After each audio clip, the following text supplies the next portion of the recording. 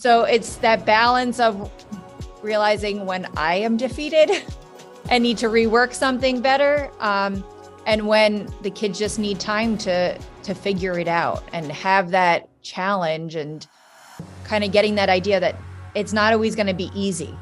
You know, there's some kids that struggle like, this is hard. And it's like, exactly, it's hard. And it's okay for things to be hard.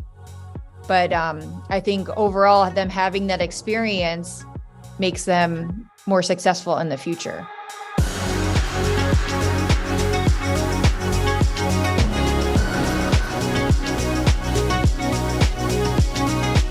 Hello, friends, and welcome to Season 6 of the Future Ready Librarian podcast series, Leading from the Library. This is a podcast for all librarians, wherever you are in your journey. It is filled with amazing guests, important topics, and engaging conversations that will inspire, engage, and support all of us as future ready librarians. I am your host, Shannon McClintock Miller. I am the district teacher librarian at Van Meter Community School in Van Meter, Iowa, and serve as the Future Ready Librarian spokesperson. I have the pleasure of working within my library and school community, and also with others around the country and world through Future Ready Librarian events, conferences, consulting, writing, and more. I am honored to bring these voices and the work of others to our podcast and to all of you. And today I am so excited to welcome two of my friends from Texas to the show. It's really neat because Connie and Ari, they actually came to my school in Van Meter last year, right? Yep. Last year. And so I have this special little place in my heart for these girls. And when I recently saw them at TCEA and I was planning Season 6, I thought they would be perfect guests to have on the show to talk about, this is their title, I love it, We Have a Makerspace, Now What? So I'm really excited to have you on the show. Thanks, we're excited to be here. I know. Let's start out just by having you both introduce yourself and tell a little bit about your role at your school district. You want to go? Yeah. Okay. So I'm Ari Daniels, and I am the instructional coach for Randolph Field ISD. So I service K through 12, but my background was in instructional technology. So that's why Connie and I kind of linked when making this makerspace together. I'm Connie Ann Roussel, and I am the STEM teacher and the librarian here at Randolph, where we have pre-K to 5 that use the library. And then I teach STEM class throughout the day for K to 5. So they come to our space, which we call the Imaginarium, twice every week. Wow, that's awesome. It sounds like a fun place to be. Yes. It's really fun and really bright and colorful. And loud sometimes. Oh, I love it. I know when I was there last time and you said, oh, you should come, I was so sad. So we have to plan that because I want to come so bad. I think it sounds so neat. So I want you just to tell about your journey, because there's so many things that have changed, I know, that you guys have done just to make your program extraordinary. And so just start from the beginning for people listening, just to hear your story, and then we'll go into kind of how you did that too. Okay.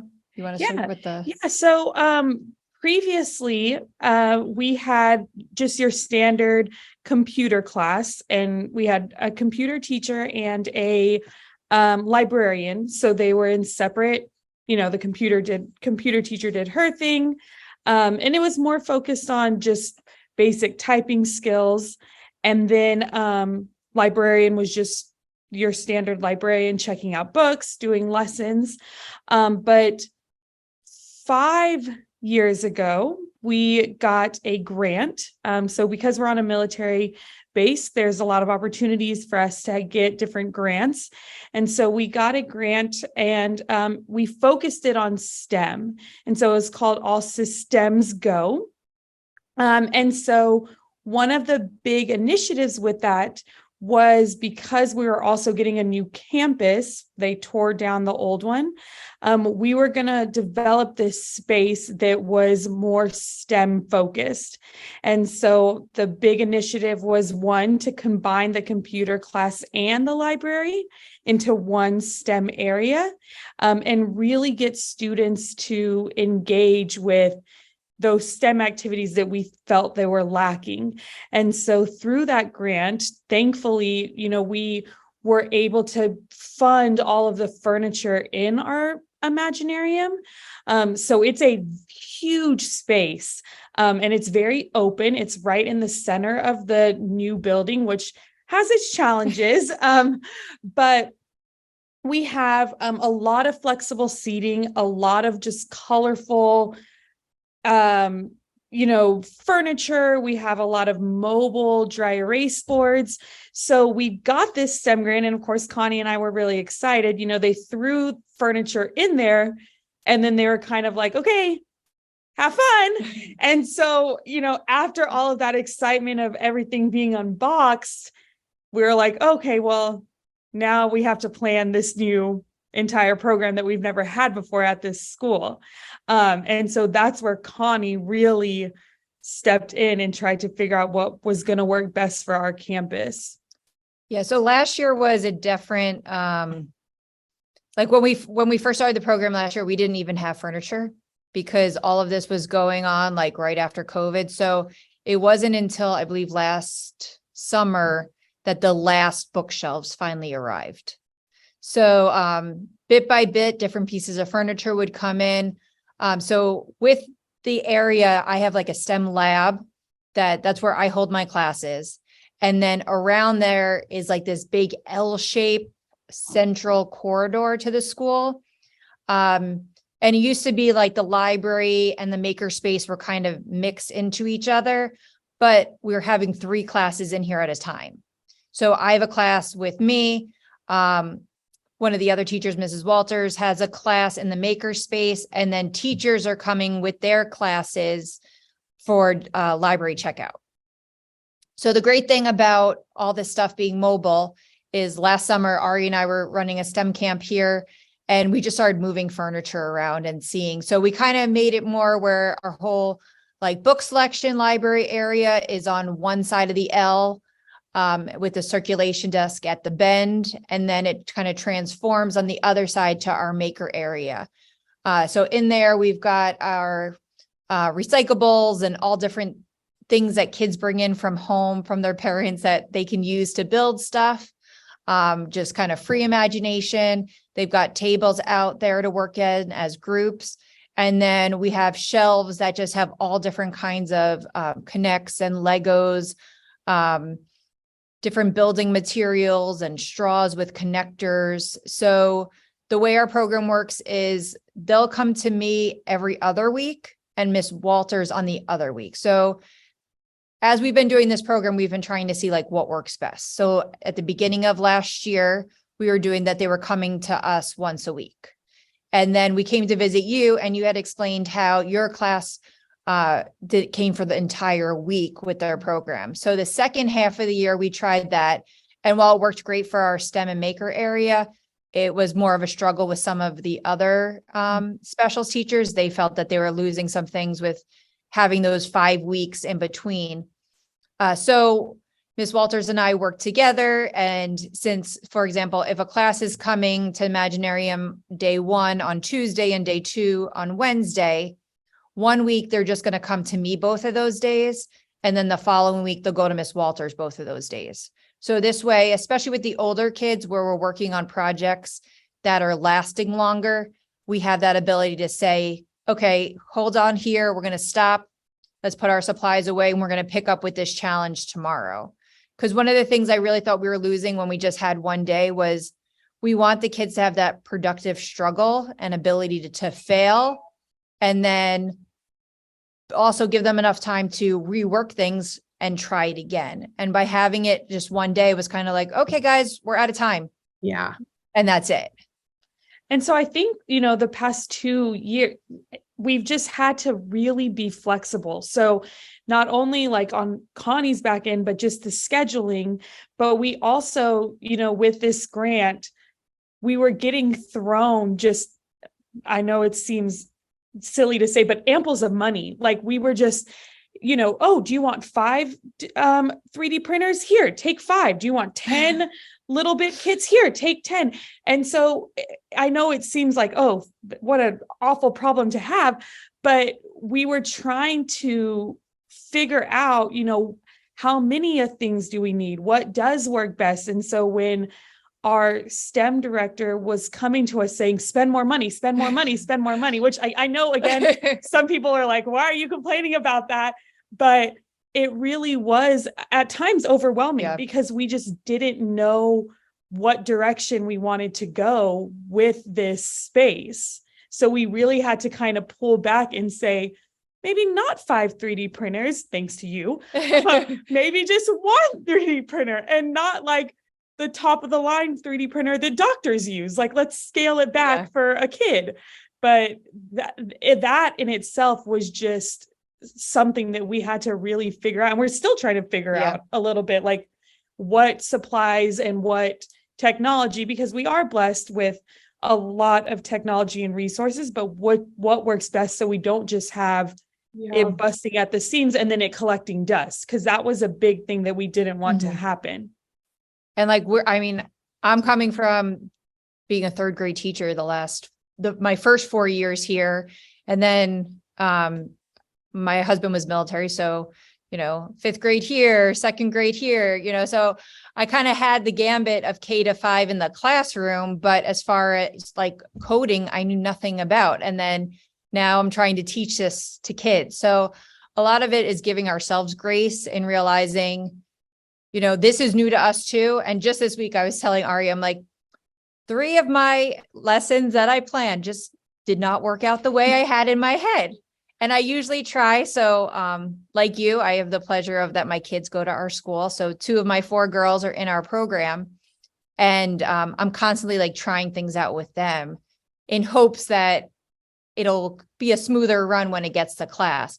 But there's some days that things I try just don't go well. And then there's also those times where I have to let them have that time to see what they can actually do.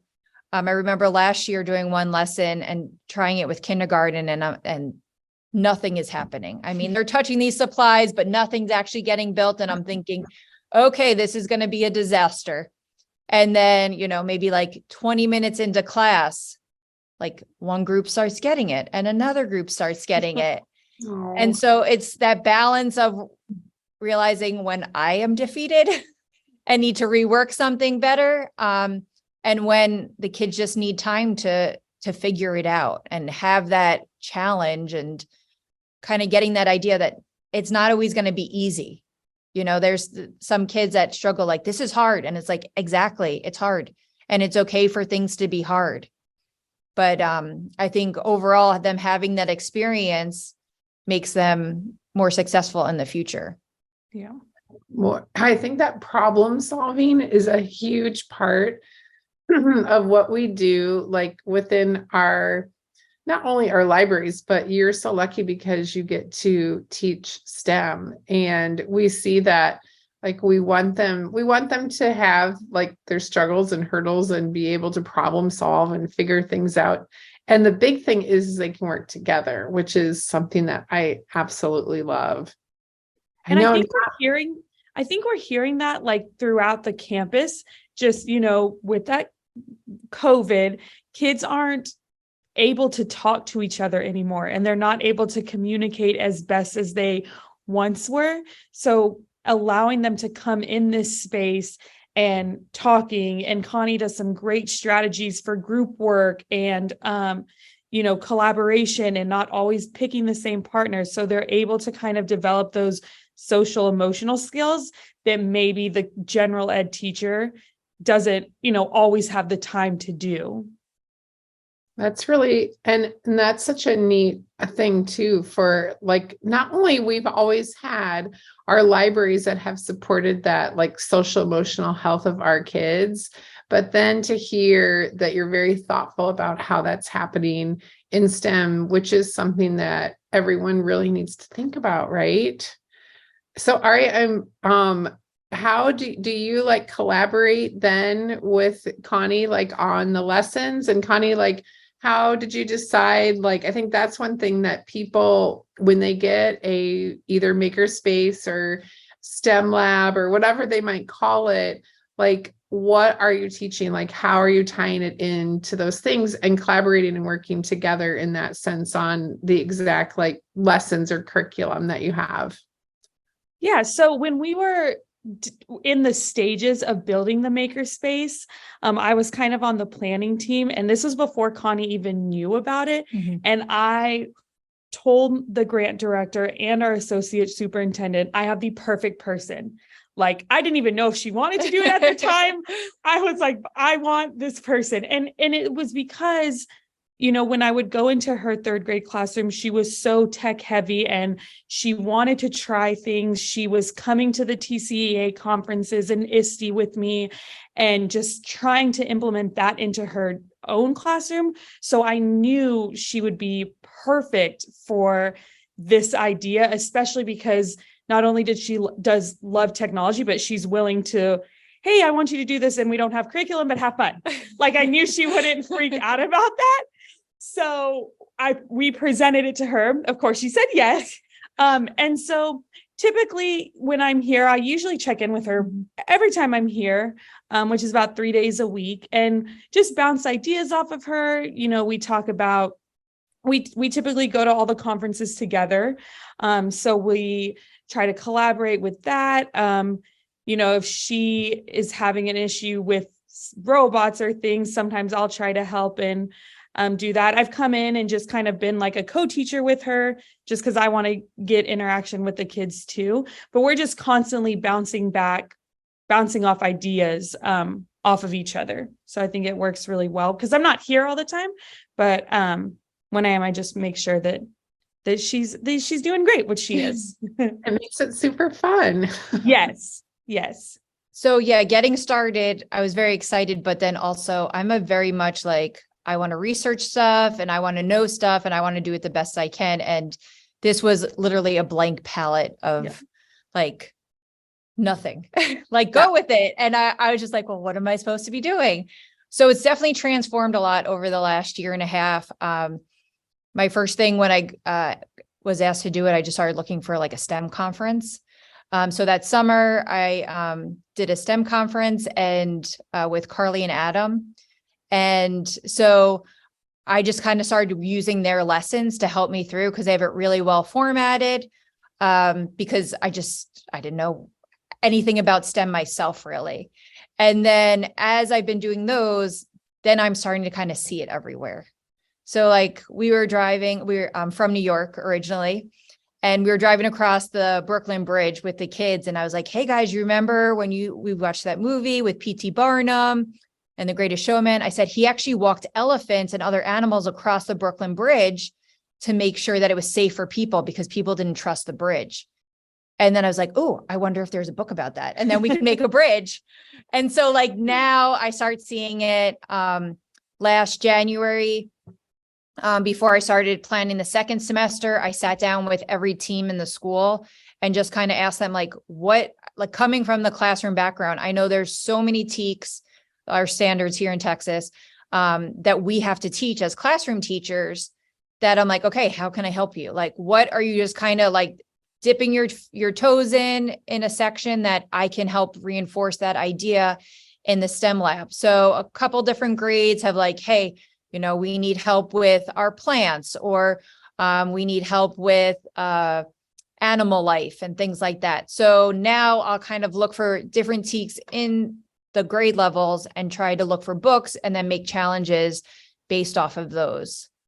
And then one of my favorite parts of it is on their week that they're not with me and they're with Miss Walters, one day is just a Makerspace day where, you know, at the beginning of the year, Mrs. Walters had said, like, the kids are saying it's play day. Is that okay? And I'm like, yeah, play shouldn't be a dirty word in education, because it's gotten like, no, it has to be academic.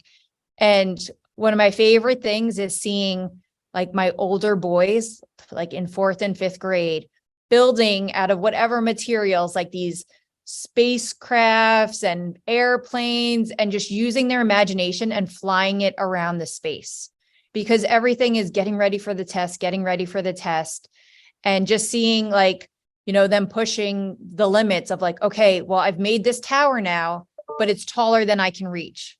So how can I build from the bottom up to make this better? And while like if someone walked in and just saw, oh, these kids are just playing with a bunch of toys, they're learning so much through those experiences with each other. And like Ari said, we had lost so much of that with COVID, that everyone had to be divided and couldn't touch the same things. To see them being able to work together again is just a fun experience.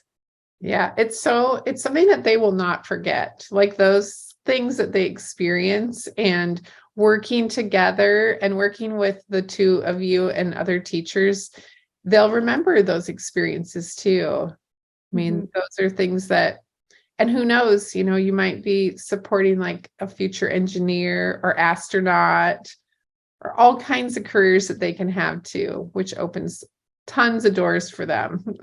Well, just even letting them know about those things, because like, I mean, I'm a girl mom, and, my kids were like, I could be a veterinarian, because every girl loves pets, like, I love my cat, I want to be a veterinarian. And not that I wouldn't be happy if they were a veterinarian, but one of my kids now, I've created like a hoarding problem in her room, where if I put cardboard out for recycling, she will sneak it back into her house so that she can create with it. And I find these like monstrosities in her closet that she has built. But, it was that time to be like, hey, Madeline, you could be an engineer. You can do something different. And so she's like, what's that? So being able to just not only give them these tools, because one of the things that I've learned is we were talking before about how some of the schools, like, their high school programs are kind of pushing them into different fields to support them.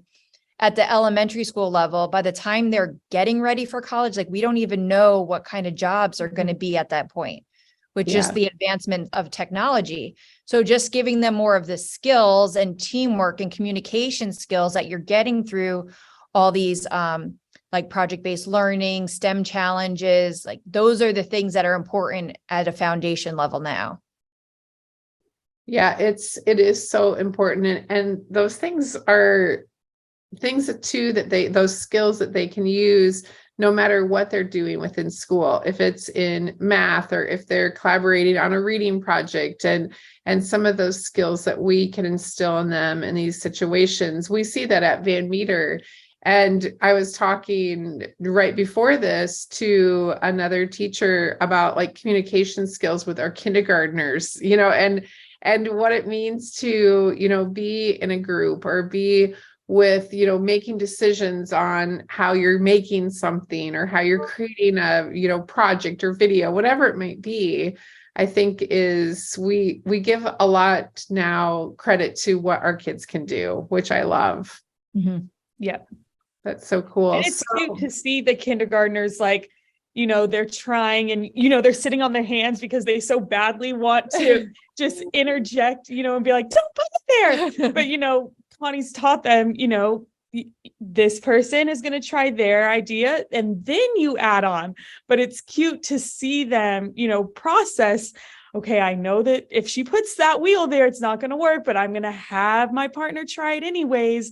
And then I'll blurt out and say, that won't work. But it's been really cute to see that. I want to come visit. You need to.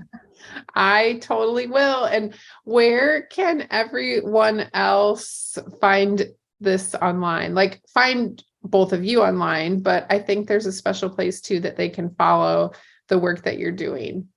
Yeah. So one of the things last year, I was going to talk at a conference and they're like, well, how do you share out what your kids are doing? And before I started the program, I made this like website and I was like, okay, I'm going to take all these pictures and I'm going to post it by every single class of who's doing what. And the reality of doing the library and the STEM class, there was no time for that. But it made me think about like, I need to share this, like what they're doing in here shouldn't stay in here. So I asked our principal if we could make an Instagram page, because this way I carry my phone around, I take some pictures, and in a few minutes, everything is posted. So we have an Instagram page for the school that is at Imaginarium RES, that we just post what our kids are doing. And then I've been kind of tracking my own STEM journey on Instagram myself with at STEMtastic Mama. I love it. And your own Teachers Pay Teachers. Oh, yes.